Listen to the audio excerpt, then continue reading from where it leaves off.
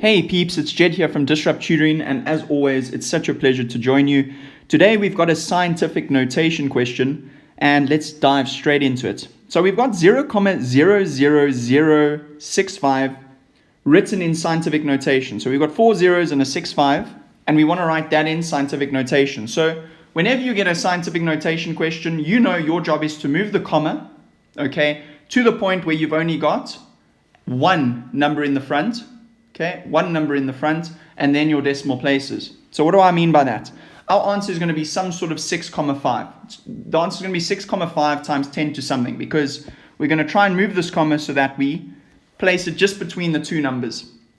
Okay, so let's do this together. So I'm going to rewrite 1, 2, 3, 4, 6, 5.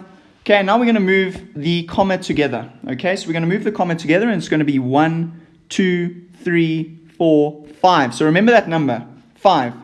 Okay, so now we're going to write 6,5, okay, times 10.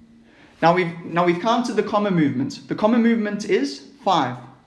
But now you need to ask yourself the question, okay, is this number bigger? Is this number bigger or smaller than the original? Just this part. And as you can see, this is much bigger than the original. So our answer needs to be smaller, okay? So whatever we do to this 10 needs to make this smaller.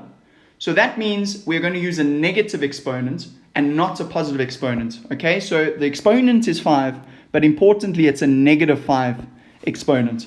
So 6,5 times 10 to the negative 5, and that would then be an answer of C. And that's that. Thank you so much to our sponsors for making this video possible. Head over to our website for more of these epic tutorial videos. If you can't find a video that answers your question, remember you can send us the question and we'll respond with a personalized video just for you. Until the next time, guys, stay epic.